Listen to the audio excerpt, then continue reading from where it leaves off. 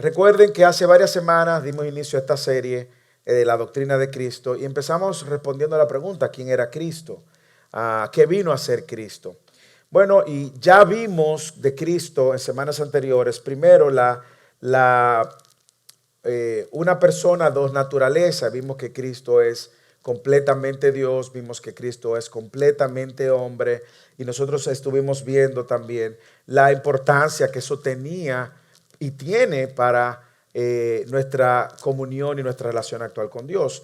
Y ahora vamos a entrar en lo que Él vino a hacer. Básicamente vamos a estar hablando de los oficios de Cristo. Y cuando hablamos de los oficios de Cristo, es justamente eso, que Cristo vino a hacer. Tres cosas en las cuales nosotros nos vamos a enfocar.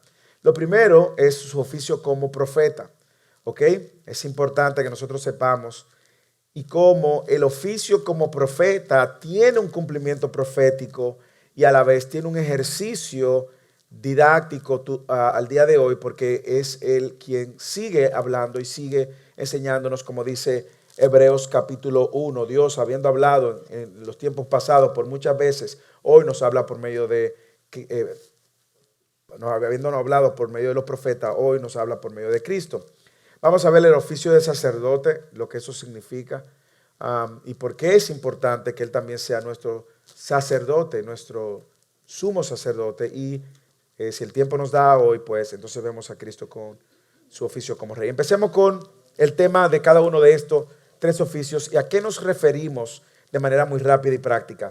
El profeta en el Antiguo Testamento era la voz de Dios. Y de hecho, hoy hablando de Ageo, justamente vamos a ver cómo Dios levanta la voz de un hombre para traer la palabra de Dios al pueblo. El profeta era justamente el medio que Dios usaba en el Antiguo Testamento para hablarnos o para hablarle a su pueblo. Comunicaba el mensaje de Dios. Recuerde que desde la antigüedad se levantaban falsos profetas, pero los profetas de Dios tenían un mensaje particular y más aún un cumplimiento de sus profecías. Luego vemos el oficio del sacerdote. En el Antiguo Testamento los sacerdotes eran quienes ofrecían sacrificios, ofrecían oraciones, alabanzas a Dios en nombre del pueblo. Venían a ser una especie de intercesor, ¿ok? El sacerdote tenía que interceder por el pueblo presentando los sacrificios en nombre del pueblo delante de Dios. Y también el rey, como sabía, gobernaba al pueblo como representante de Dios. Antes de que existieran reyes, Dios hablaba, se comunicaba con el pueblo directamente. Teocracia, Dios era quien gobernaba. Luego entonces el pueblo, queriendo imitar a las demás naciones, piden un rey y Dios le dio a Saúl. Y Saúl fue el rey del pueblo. Sin embargo, Saúl no fue obediente como se esperaba. Y luego Dios entonces pone al rey que era conforme a su corazón, al rey David. Y de ahí en adelante Dios hace un pacto con David y le dice, mira, tu reinado va a ser eterno. Y de tu linaje vendrá aquel que va a reinar eternamente y gobernará eternamente. Entonces, esos son los tres oficios. Todos estos oficios tienen una presencia muy evidente en el Antiguo Testamento. Sin embargo, es importante que cuando nosotros vemos estos tres oficios en el pueblo de Israel en el Antiguo Testamento, eran distintos, primero, es bueno que lo sepamos. No había persona que podía en el Antiguo Testamento, escuche bien, cumplir con los tres oficios al mismo tiempo. Era muy clara la distinción entre un profeta, entre un sumo sacerdote y entre un rey. Usted va a verlo muy claro en el Antiguo Testamento. Sin embargo, estos tres oficios de manera muy intencional convergen en la persona de Cristo. ¿De acuerdo? Fue la manera como Dios lo estableció. Imagínese que cuando Dios le dice que va a mandar un mejor profeta, el pueblo, mejor profeta que Moisés, el pueblo estaba esperando el mejor profeta que Moisés. Cuando Dios dice voy a mandar un sumo sacerdote conforme al linaje de Melquisedec, ellos sabían que estaban esperando quién va a ser este sumo sacerdote. Y cuando hablaban de un rey mejor que David, quién va a ser este rey del linaje de David. Por lo tanto, todo el Antiguo Testamento estuvo manteniendo unas claras y altas expectativas con relación a estos tres oficios. Y lo que nosotros vamos a ver hoy, cómo estos tres oficios convergen en la persona de Cristo. Como profeta, ya dije, da a conocer el mensaje de Dios. Como sacerdote, ofrece un sacrificio representando al pueblo de Dios, y como rey gobierna de parte de Dios. Vamos a ver cada uno de ellos y cómo Cristo cumple estos tres oficios. Vamos a verlo cada uno de ellos en detalles y esperamos que nos dé el tiempo. Como profeta, ya dije, los profetas del Antiguo Testamento le comunicaban al pueblo la palabra de Dios. Algo que usted va a ver hoy, y si lee el libro de Oseas, que solamente son de Ageo, que son 2 capítulos. ¿Usted sabe cuántas veces Dios habló al pueblo por medio del profeta Ageo? En un promedio de en 4 meses. ¿Usted tiene una idea cuántas veces él habló en 4 meses? ¿Oh? 4 veces. Le dio 4 mensajes en 4 meses. Totalmente diferente a lo que nosotros vemos hoy, ¿verdad? Que todos los domingos hay un profeta, todos los domingos, todo momento, recibiendo una locura, ¿verdad? En el Antiguo Testamento, la palabra de Dios se levantaba proféticamente en momentos particulares para determinar la dirección de manera particular de la voluntad de Dios, o para reprender al pueblo de manera particular, de manera que el pueblo reconsiderara la manera como estaba viviendo. Usted lo va a ver una y otra vez. En el caso de Ageo también, increíblemente, fue de esos profetas que su profecía o sus palabras, la palabra de Dios, fueron tan acogidas por el pueblo que generó resultado directo. Hay profetas en el Antiguo Testamento que profetizaban y el pueblo no le hizo caso. Y Dios mostrándole su disgusto para luego traer de alguna manera algún tipo de juicio. Moisés fue el primer gran profeta y escribió los primeros 5 libros de la Biblia, el Pentateuco. Por eso es que cuando usted mira hacia atrás, el profeta más importante que a la fecha de hoy, incluso a la fecha de hoy, los judíos conservan es el profeta Moisés. Si usted mira hacia atrás, el Antiguo Testamento, los judíos hoy tienen 2 grandes figuras, a David y a Moisés. Y de los 2 a Moisés, porque Moisés fue el profeta que trajo la revelación de Dios y consecuentemente manifestó la voluntad de Dios para el pueblo. Pero Moisés predijo, y vaya conmigo a, bueno, yo lo tengo en la pantalla, Deuteronomio capítulo 18, versículo 15. Moisés recibió por inspiración de Dios una palabra de parte de Dios donde le decía que ellos iban a tener un profeta como Moisés que se levantará, a diferencia de este pueblo que lo iban a oír. Deuteronomio capítulo 18, versículo 15 y 18. Un profeta en medio de ti, de tus hermanos, como yo, te levantará el Señor tu Dios, a él oirá. Ok. Por lo tanto, cada vez que se levantaba un profeta, ellos estaban pensando, ¿será este el profeta que Moisés dijo? ¿Será este el profeta que Moisés dijo? ¿Será este el profeta que Moisés dijo? Bueno, es una de las cosas que me encanta de la Biblia y por qué la Biblia interpreta la Biblia, es que cuando entonces usted lee el Nuevo Testamento, usted se va a dar cuenta que el Nuevo Testamento dice que ese era el profeta del cual Moisés había profetizado. El cumplimiento fue en Cristo. Hechos capítulo 3, lo voy a presentar más adelante en pantalla, del 19 al 24. Usted va a ver varias cosas. Vamos a leer Hechos. Mire lo que dice Hechos capítulo 3. Por tanto, arrepiéntanse y conviértanse. ¿Quién es este que está hablando? Pedro. Pedro está hablando. ¿Cuándo está hablando Pedro? Luego de haber recibido bautismo del Espíritu y Pentecostés. ¿A quién le está hablando Pedro? Le está hablando justamente a la audiencia, o parte o gran parte de la audiencia, que quizás 100 días antes, meses antes, estaba y había gritado que Cristo fuera crucificado.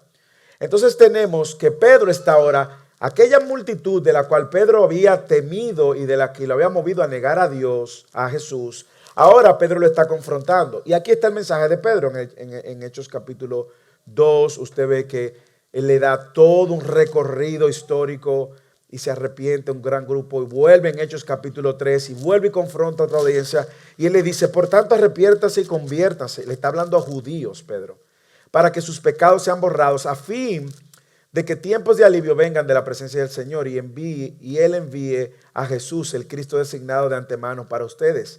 A Él el cielo debe recibir hasta el día de la restauración de todas las cosas, acerca de la cual Dios habló por boca de sus santos profetas desde tiempos antiguos. Versículo 22.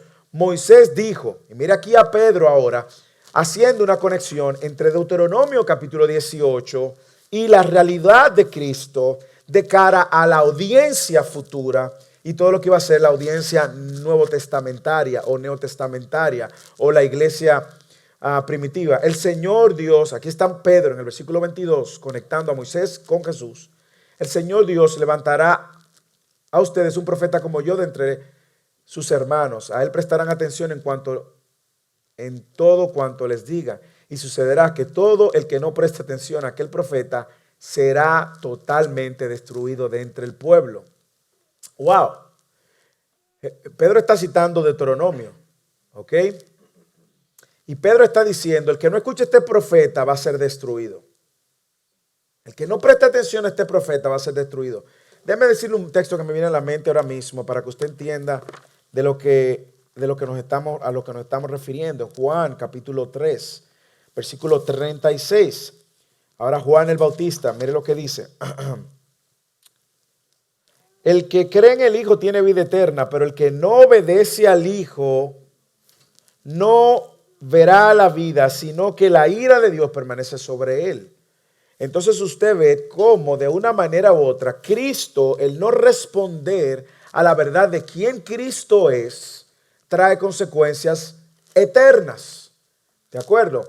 ¿Por qué? Porque si usted cree que Él es el Hijo de Dios, si usted cree que Él es Dios, si usted cree que Él murió en la cruz para perdonarnos de nuestros pecados, si usted cree que es el único camino al Padre, si usted cree que Él es el único que puede perdonar nuestros pecados y usted no responde en arrepentimiento y su vida no responde de cara a quien Él es, en obediencia a quien Él es, entonces usted está respondiendo como estos que no escucharon o no escucharían a este profeta que Dios había levantado. Versículo 24. Asimismo, todos los profetas que han hablado desde Samuel y sus sucesores en adelante también anunciaron estos días. Entonces, Pedro está haciendo una conexión entre Jesús, entre el profeta que Moisés profetizó en Deuteronomio capítulo 18 y Jesús. Por lo tanto, la Biblia nos deja muy claro, Jesús es este profeta y Jesús hizo el oficio de profeta. De hecho, en los mismos evangelios, no voy a entrar en todos los textos, pero las personas comunes en los días de Cristo lo reconocieron a él como un profeta. ¿Ok? De acuerdo, al punto que muchos incluso temieron de tomar acción contra Jesús. Estamos hablando de los fariseos, porque estos fariseos reconocían que el pueblo reconocía a Jesús como profeta. Y como los fariseos reconocieron que el pueblo reconocía a Jesús como profeta, ellos no tomaron acción rápido contra Jesús. Y eso usted lo ve en Mateo 21, 11 y Juan 7, 40 al 53. En otras palabras, Jesús, en los tiempos que vivió en la tierra, fue reconocido como un profeta. Más aún, Jesús mismo declaró también que él era, de alguna manera, él era un profeta. En Mateo 13, 57, Marcos, Juan 4, 44. Como estoy en Juan, nada más voy a voltear una página. Versículo 44. Dice, después de los 2 días, Jesús salió de allí para Galilea, porque Jesús mismo dio testimonio de que un profeta no se le honra en su propia tierra. ¿Usted ha escuchado la frase cuando Jesús dijo, nadie es profeta en su propia tierra? Perdón, los efectos del... Yo, Ángel, corta esa parte. Jesús mismo está diciendo que Él es profeta. Él mismo lo declaró. Él vino a hacer lo que hicieron los profetas. ¿Y en qué sentido? Bueno, en que el profeta vino a traer la voz de Dios. Juan 8 también, versículo 26, dice,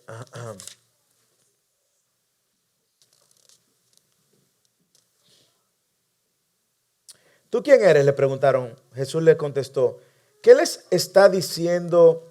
¿Qué les he estado diciendo desde el principio? Tengo mucho que decir y juzgar de ustedes, pero aquel que me envió es veraz, y yo las cosas que oí de él, estas digo al mundo. ¿Qué está diciendo Jesús en pocas palabras? Y en el contexto, es el contexto de sus palabras. Él está consciente de que la cultura judía, ¿ok?, estaba esperando un profeta. ¿Por qué? Porque habían esperado, señores, desde el último profeta, después de la reconstrucción del templo, 400 años de silencio. Recuerden, el libro de Macabeos, que es un libro histórico, dice que no habían profetas en ese tiempo. 400 años y se levanta Juan el Bautista. ¿Ok? Y la gente reconocía que Juan el Bautista era un profeta de Dios, porque ellos sabían que los profetas de Dios iban a traer el mensaje de Dios. Y Jesús está diciendo aquí, yo soy un profeta que he escuchado del Padre la voz que ustedes deben de escuchar. Y a eso yo he venido. Yo he venido a comunicar el mensaje de Dios a los hombres. En el capítulo 12 del mismo Evangelio de Juan, versículo 49 y 50. Porque yo no he hablado por mi propia cuenta, sino que el Padre mismo que me ha enviado me ha dado mandamientos sobre lo que he de decir y lo que he de hablar. Entonces Jesús está reconociendo que Él tiene una autoridad profética también. Incluso esas mismas palabras que Él está diciendo, la está diciendo para que ellos vean y reconozcan que Jesús viene como un profeta de parte de Dios. ¿De acuerdo? Entonces, como dije, Pedro es quien hace la conexión. Y las personas en el contexto en el cual Jesús vivió reconocen que Él es un profeta. Jesús mismo también dijo que Él tenía y traía un mensaje de parte de Dios. Las multitudes lo reconocían. Mateo 21, este es el profeta Jesús de Nazaret, de Galilea.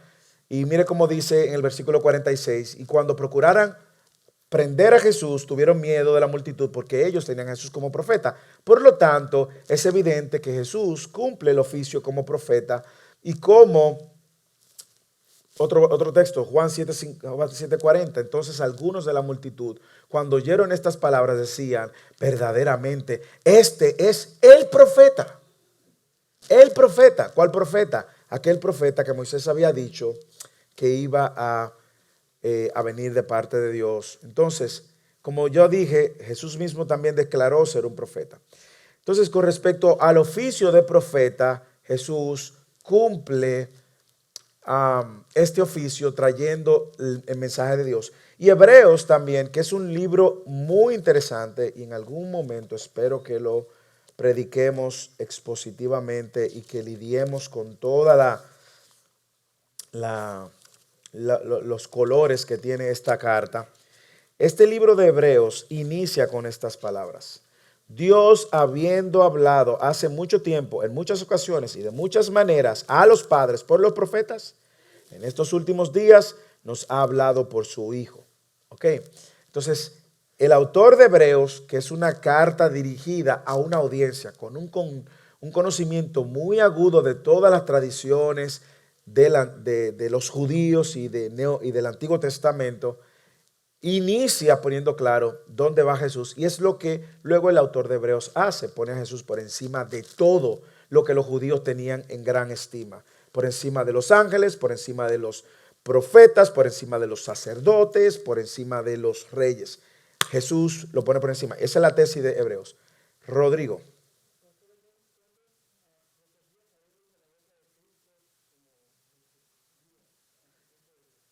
Bueno, vamos a ver lo que sucede con Cristo. Muchas, ¿ok?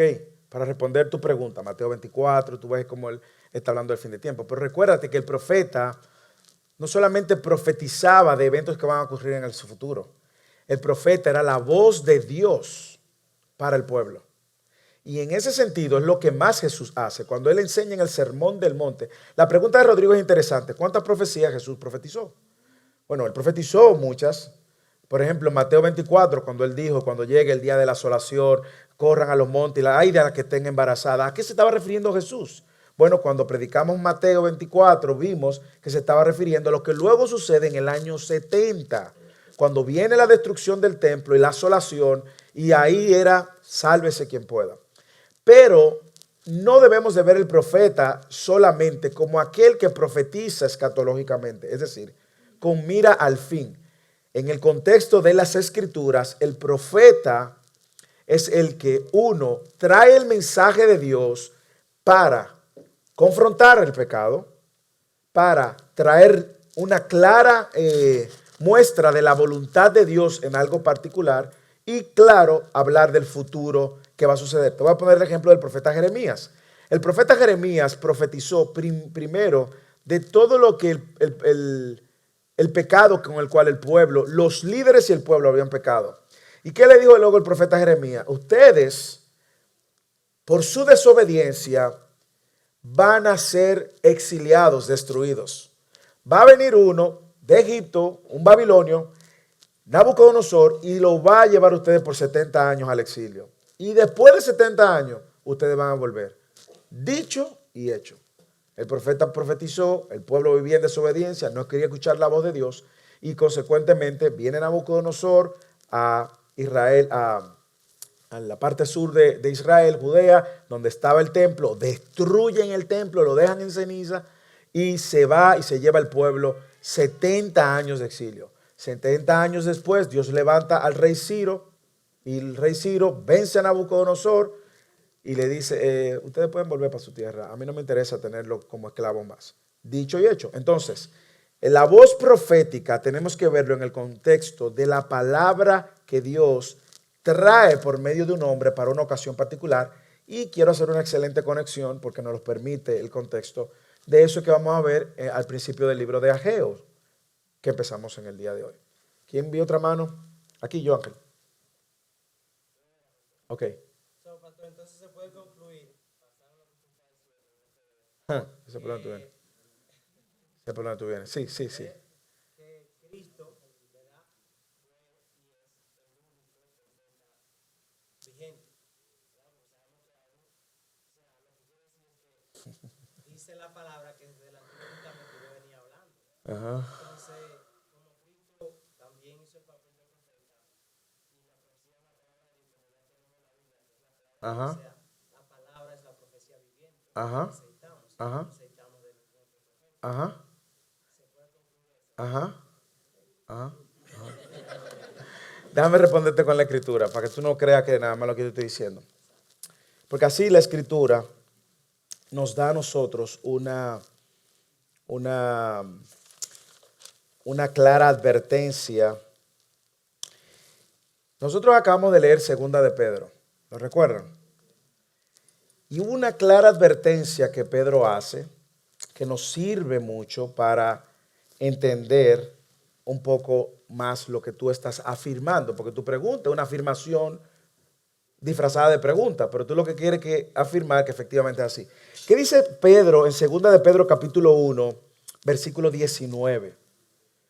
Segunda de Pedro capítulo 1, versículo 19.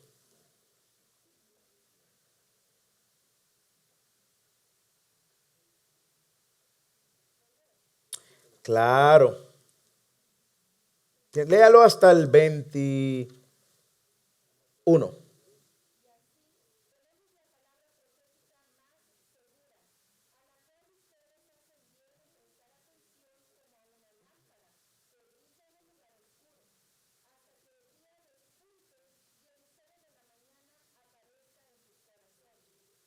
Siga.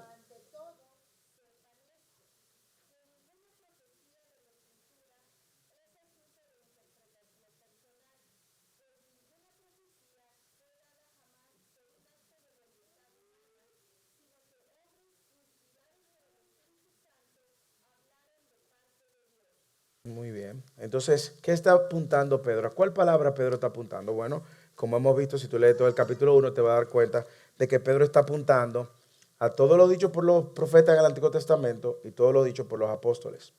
Ok, entonces esta es la palabra profética más seguro. Usted puede estar seguro que si usted sigue lo que Dios ha revelado, usted no va a tener no va a tener perdedera. De hecho, algo del sermón de hoy tiene que ver con eso. Así que abran sus corazones desde ahora.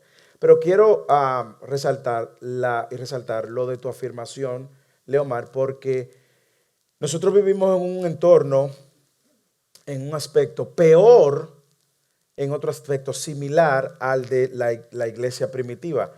Las voces falsas proféticas no han dejado de existir. De hecho, si tú lees el Antiguo Testamento, hasta en el Antiguo Testamento existían falsos profetas. La única advertencia, y por eso quiero conectar eso con el sermón de hoy y con la serie de 2 de Pedro que vimos, con la cual nosotros vamos a poder estar seguros, es si nosotros estamos conociendo la verdad. Es el terreno más seguro, es donde yo puedo ser diligente y pasar tiempo. ¿Por qué? Porque en la medida en que yo conozco, señores, hay gente que está chispeando. Eso es un término que usamos en mi país, cuando la gente le está fallando como la tuerca. Y usted lo va a ver en las redes sociales, y usted lo va a ver dentro de la iglesia a veces. ¿Ok? Que te van a salir, tú dices, esto no está afinado. Aquí este violín está desafinado, esa cuerda está floja. ¿Por qué? Porque en la medida en que tú vas conociendo, y usted va a escuchar gente que dice, no, pero es que fulano lo dijo y fulano lo dijo, hermano. Aquí no importa si lo digo yo, si lo dice fulano, si lo dice MacArthur, hermano. ¿Ok? Aquí es que tenemos que venir. Y una exhortación también, porque la historia de la iglesia, desde el principito, tiene la necesidad de hacer teología colectiva. ¿A qué nos referimos teología colectiva? A esto que estamos haciendo. La teología colectiva es donde nosotros vamos discutiendo los temas teológicos que nos enseña la Escritura y vamos viendo, pero las cosas se van aclarando. Y lo mismo conmigo, o sea, a mí me ha pasado eso en los últimos no sé cuántos años de mi vida. No puedo salir con una interpretación loquísima de que, bueno, hermano, mire, esto yo no lo he visto, nadie se ha interpretado esto. Déjeme decirle lo que yo acabo de ver y no he escuchado a nadie que lo ha dicho. Tenga mucho cuidado, porque usted y yo no somos súper especiales. La historia de la iglesia está fundamentada sobre muchos discípulos de los discípulos, de los discípulos, de los discípulos, de los discípulos, de los discípulos, que tenían una apreciación más clara y que tenían y nosotros vamos viendo y revisando cómo la historia también ha respondido. Eso se llama teología histórica. Así que muy buena punta. Espérense.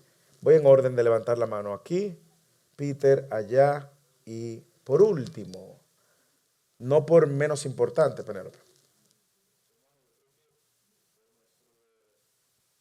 Trasfondo.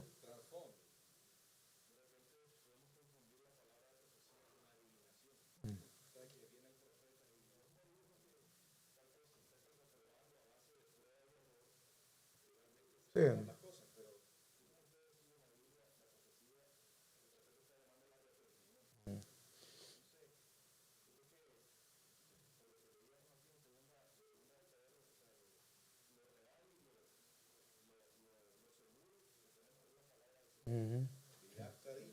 Sí.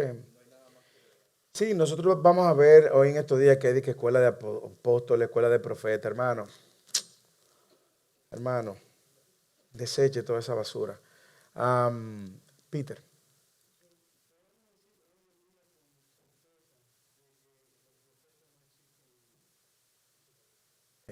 ¿cuál sería el rol del profeta hoy? Si el profeta habla de parte de Dios y Dios ya habló por su palabra. No es que Dios profetizó lo que está pasando hoy en día. Claro, ya.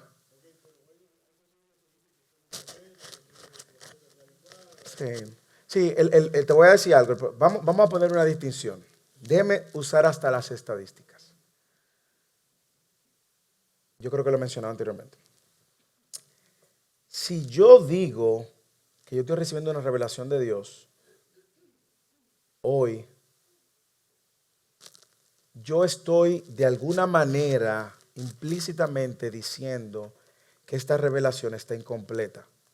¿De acuerdo? Lo cual nos llevaría a un terreno muy peligroso y muy subjetivo, primero. Segundo, la palabra así dice el Señor de los ejércitos, que la vamos a ver varias veces en Ageo hoy.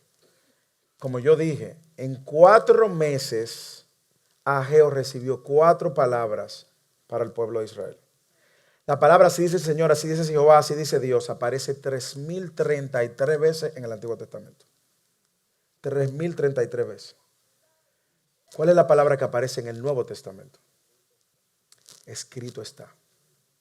Jesús, siendo profeta, cuando fue tentado, dijo, escrito está. O él, que era Dios, dijo, mas yo os digo. Pero él podía hacerlo. ¿Cuál fue la palabra que usaron los apóstoles? Escrito está. ¿Cuál fue la palabra que usó el apóstol Pablo? Escrito está. Entonces nosotros tenemos que ver que de alguna manera usted ve un patrón en la relación de Dios con su pueblo y ahora de Dios con su iglesia. Y vemos un cambio muy, muy claro, muy coherente, muy drástico. En Hechos, que lo vamos a ver en enero, a partir de enero, aparece un profeta llamado Agabo que le dice a Pablo, el Espíritu dice, para darle a Pablo una advertencia de lo que le iba a llevar, lo que le iba a pasar a Pablo en Roma. Pero Agabo está dándole algo muy particular a él. Ahora bien, hay que hacer otra segunda o tercera aclaración. Una cosa es el oficio del profeta, que vemos en el Antiguo Testamento, y otra cosa es lo que la Biblia presenta como un don de profecía en el Nuevo Testamento. ¿Por qué hago la distinción? Porque el hecho, eso ya lo vamos a ver cuando, y yo sé que podemos entrar en ese rabbit hole, y quiero avanzar, pero lo vamos a ver cuando toque la doctrina del Espíritu Santo, que viene después de la doctrina de la salvación, y ahí vamos a pasar el tiempo que sea necesario. ¿Cuál es la diferencia entre el oficio del profeta y el don de la profecía? Son dos cosas muy diferentes. Y vamos a ver cómo podía lucir ese don de la profecía en la iglesia en el momento en que era usado. Ok, ahora bien, volvamos al tema. Existen profetas. El oficio del profeta. Jesús dijo que el último de los profetas era Juan el Bautista. Jesús lo dijo. Entonces yo tengo que tomar en cuenta las palabras de Jesús, Dios mismo, y Jesús está cerrando un oficio indiscutiblemente que es coronado con él como profeta. ¿De acuerdo? Él, he is the crown para cumplir las profecías del Antiguo Testamento y presentarse como la voz más importante en todo el Nuevo Testamento. ¿De acuerdo? Decir que ahora hay profeta, hermano, ahora hay profeta, falso profeta, brujo también, adivino. Señores, nosotros venimos del Caribe y en el Caribe se da la práctica de la brujería, ¿sí o no? Y hay mujeres que van donde brujos. Y hay brujos que le dicen, mira, tu marido está saliendo con una mujer, esa mujer tiene un carro rojo, trabaja aquí, aquí, allá. Si fuese por el criterio, ese es un profeta. Entonces nosotros tenemos que tener mucho cuidado, porque cuando nosotros, ¿qué es lo que ha pasado en Latinoamérica? Lo que ha pasado en Latinoamérica es por creer la historia y te habla un ex consumidor de profetas falsos. O sea, yo no estoy hablando desde la teoría solamente. Yo sé lo que es el movimiento, yo sé lo que promueve el movimiento y cómo la iglesia incluso se afecta y se tambalea. Yo recuerdo los servicios donde iba el profeta fulano y ahí estaba la iglesia esperando una palabra que le dieran. Hermanos, cada vez que nosotros hacemos eso, estamos dejando de priorizar lo que dice segunda de Pedro capítulo 1, versículo del 19 al 21, la palabra profética más segura. Y ahí estaban, los que estaban en pecado se sentaban atrás porque no quería que lo pusieran en vergüenza. Y los que estaban ansiosos porque tenía un hijo un problema o tenía su matrimonio un problema, estaban adelante esperando ahí y el profeta iba como si fuera una ruleta. Y donde cayera la pelotica, ahí decía, así dice el Señor. Y toma la voz de Dios. Hermanos, ¿qué causa en eso? Déjeme decirle hoy presente qué ha causado ese movimiento profético. Primero, mucha confusión. Segundo, una desviación del enfoque donde nosotros tenemos que poner nuestra mirada y nuestra confianza. Y tercero, mucha frustración y dolor. Señores, ustedes no conocen personas que le profetizaron y nunca se cumplieron y tienen un resentimiento contra Dios. Usted no conoce personas confundidas que un día le dijeron, mira, a mí me dijeron, señores, yo jugaba béisbol. A mí me dijeron que yo iba a conseguir firma. A mí me dijeron. Y lo último que yo hice, y yo espero que esto lo corte yo, Ángel. Lo último que yo hice, señores, yo fui donde un profeta para que me hiciera crecer, porque el único problema que encontraron los scouts fue mi tamaño. Señores, no estoy relajando, nos reímos. Pero ¿cuánta gente no está esperando en esa profecía de un hombre que le dijo, te estoy entregando las naciones, veo estadios llenos? Hermano, a mí me dijeron eso no sé cuántas veces, y a veces también. Los estadios llenos, te entrego las naciones. Y me estaban diciendo lo que mi ego, mi orgullo, lo que el momento quería. Dios está sacándote de un problema financiero. ¿Qué eso hace? Que yo vea con mayor importancia la voz de ese sujeto o sujeto, ¿verdad?, que la voz profética más segura. Ahora bien, cuando veamos la doctrina del Espíritu Santo, vamos a entrar más en detalle de cómo el Nuevo Testamento habla de eso y cómo se puede lucir en la iglesia. Sin embargo, mi advertencia es esta. Así como Pedro lo hizo en la segunda carta, como vimos toda esa segunda carta hace unas semanas, es que nosotros nos enfoquemos en lo que Dios quiere que nosotros nos enfocamos. La voluntad de Dios ha sido revelada por medio de su palabra. Su palabra debe ser la prioridad de nuestras vidas, porque la palabra de Dios es la que va a revelar la voluntad de Dios. Y si yo no conozco la voluntad de Dios, ¿cómo yo sé que estoy obedeciendo a Dios? Y como lo he dicho en N veces, muchas veces, usted puede pasar mucho tiempo haciendo cosas para Dios y no necesariamente agradando a Dios, sino a su voluntad.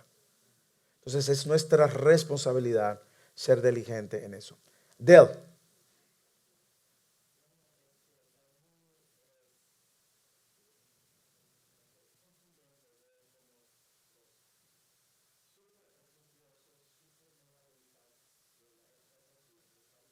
Ah.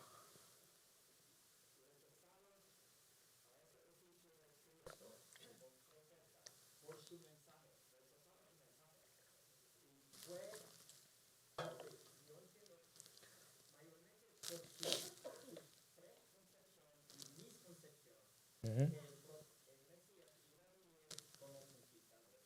Ajá.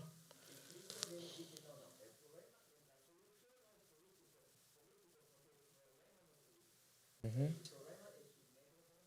Sí.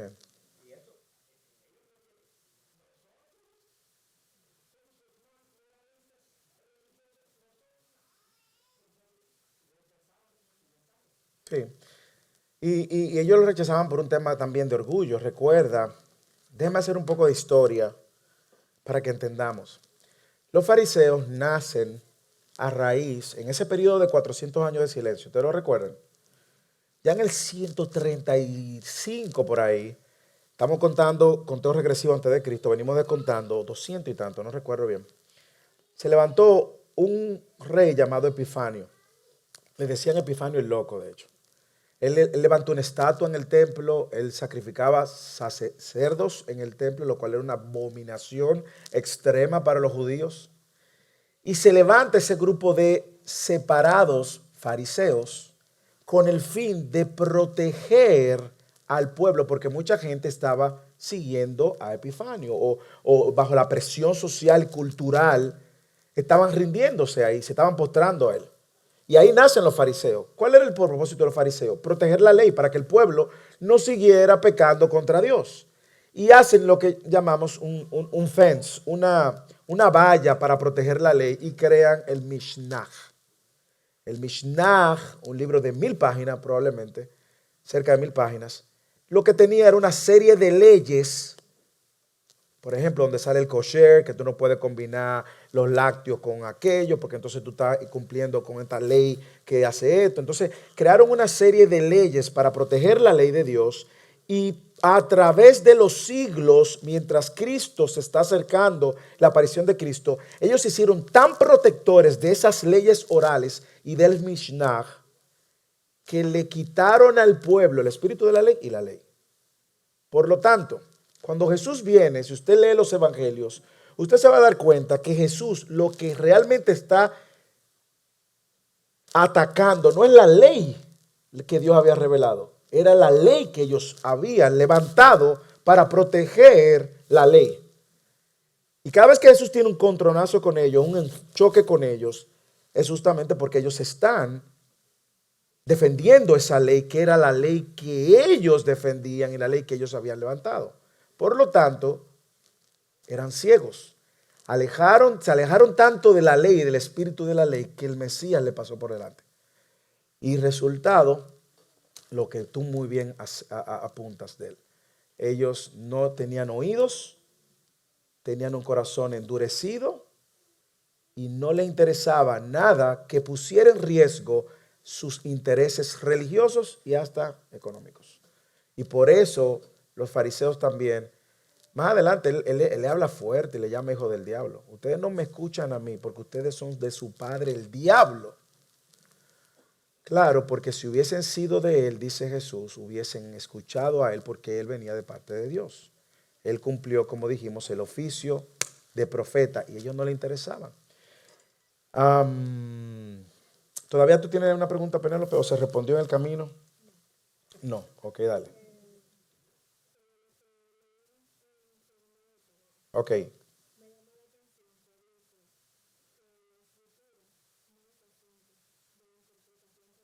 Ujú,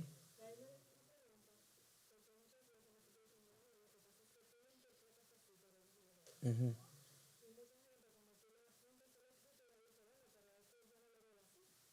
ujú. Sí.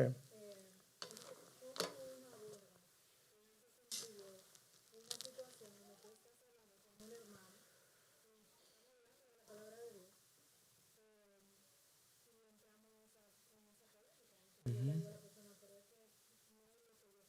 ujú, ujú.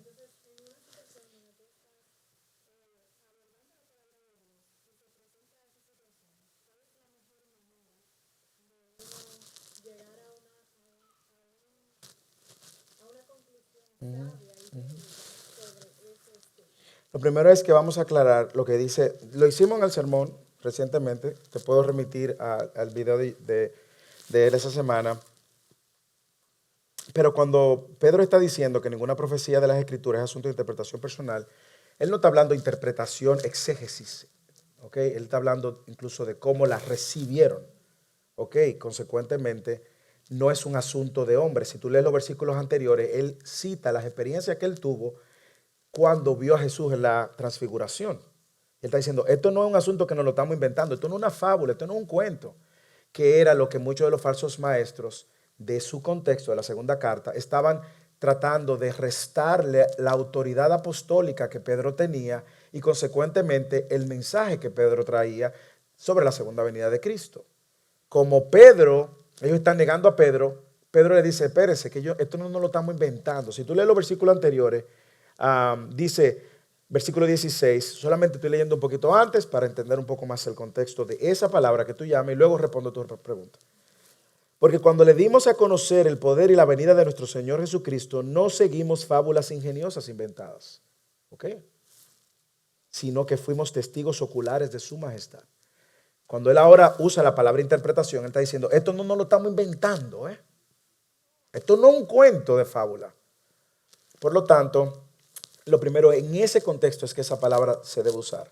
Con relación a tu pregunta, que es mucho del pan nuestro de cada día, cuando dimos 14 semanas de cómo estudiar la Biblia, que creo que vamos a repetir esa clase próximamente, y cómo enseñar expositivamente, creo que la vamos a volver a enseñar, estamos viendo. Nosotros decíamos dos cosas. Primero, el contexto en la interpretación es el rey. Por eso siempre es importante conocer el contexto para conocer el uso de la palabra. Y lo segundo que decíamos, la Biblia solo tiene una interpretación y múltiples aplicaciones. Ahora, eso nos pone a nosotros en una encrucijada. Si tiene una interpretación, ¿cómo yo sé que esta es la interpretación? Ahí es donde, y lo hemos dicho y quiero aprovechar la ocasión para repetirlo, donde tenemos que esforzarnos a hacer lo que Pablo dice en 2 de Timoteo capítulo 2 versículo 15. Procura presentarte a Dios como un obrero aprobado que no tiene de qué avergonzarse y que maneja la palabra de verdad con precisión. Ese trabajo de manejar la palabra de verdad con precisión no es responsabilidad del pastor solamente, es de todos. Por eso lo hemos dicho en varias ocasiones, el cristianismo y la fe cristiana no es para vagos, haraganes. Usted quiere crecer en su conocimiento de Dios, como dice segunda de Pedro, así como usted y yo somos diligentes para hacer muchas cosas bien, que nos gusta, y sacamos tiempo, horas y horas y horas, y le metemos toda nuestra fuerza, energía y recursos. Hoy vamos a hablar de eso, y me encanta que tu pregunta me da el trampolín para conectar con el sermón de hoy acerca de las prioridades. El sermón se llama Primero lo Primero. Y es que mi responsabilidad, Penélope, es poder conocer con precisión la verdad. Y en la precisión es que voy a encontrar la interpretación correcta y voy a ver las diferentes aplicaciones. Ahora bien, hay un caveat ahí, hay una realidad. Hay temas en la Biblia que son claros y hay temas en la Biblia que no son tan claros. Por lo tanto, por eso la historia de la iglesia ha llamado lo que llama la ortodoxia debe de ser coherentemente con las verdades que están claramente establecidas. Por eso hay verdades cardinales innegociables: el nacimiento virginal, la divinidad de Jesús, la Trinidad, la salvación solo por gracia, por fe, sola gracia, solo para la gloria de Dios. Hay verdades cardinales que están muy claras en las Escrituras. Hay otras que tenemos que tener la humildad para decir, bueno, hay quienes lo interpretan así, hay quienes lo interpretan así. Y esas verdades no son cardinales, son secundarias. La segunda venida de Cristo. Hay quienes creen en los 1000 años literal, hay quienes no. Hay quienes creen en el rapto, hay quienes no. Porque la interpretación puede prestarse a esa razón. Pero nosotros vamos a estar delante de la presencia de Dios. Tú crees en el rapto, aunque yo no creo en el rapto. Y vamos a estar delante de la presencia de Dios. Ahora, hay verdades que son muy claras. ¿Y qué nosotros tenemos que hacer? Bueno, esforzarnos y saber que cuando yo me acerco a un texto, hay una serie de barreras que me tienen que ayudar a entender el contexto. Primero, el contexto histórico. Cuando Pedro escribe esto, ¿cuál es su audiencia? Segundo, el contexto cultural. Tercero, hay una barrera de idiomas, griego y hebreo y arameo. Yo tengo que tratar de buscar la manera de conocer el uso de esa palabra en el Evangelio o en la carta. Y también, como hemos dicho, la interpretación, y ya esto parte de la clase de interpretación, va desde adentro hacia afuera. Es decir, primero yo veo el texto en su contexto, luego lo veo en su capítulo, luego lo veo en la carta, luego lo veo en todas las demás cartas que probablemente ese autor haya escrito, luego lo veo en el Testamento, si es Nuevo o Antiguo Testamento, y luego lo veo en toda la Biblia. Por lo tanto, cuando alguien viene con eso, si es una verdad cardinal, tú te paras donde la verdad es cardinal. Si es una verdad secundaria, tú te paras en la verdad que es secundaria y le da el espacio humildemente a entender. Pero la gente que viene usualmente dice, bueno, eso es lo que tú crees y esto es lo que yo creo. No, espérate. Hay verdades que son cardinales. Usted es un pecador, yo soy un pecador. Usted necesita la salvación, yo necesito la salvación. La salvación solamente por gracia, por medio de la obra de Cristo. Y todo el que está en Cristo es una nueva criatura. Usted no puede vivir su vida ahora loca si usted es una nueva persona en Cristo. Dios dice en su palabra coherentemente, consistentemente, que todo el que ha nacido de nuevo tiene nuevos afectos. Por lo tanto, aunque yo sea un imperfecto, mi corazón va detrás de esos afectos que han sido cambiados. Entonces hay cosas que están muy claras y hay cosas que podemos darle espacio a tener diferencias.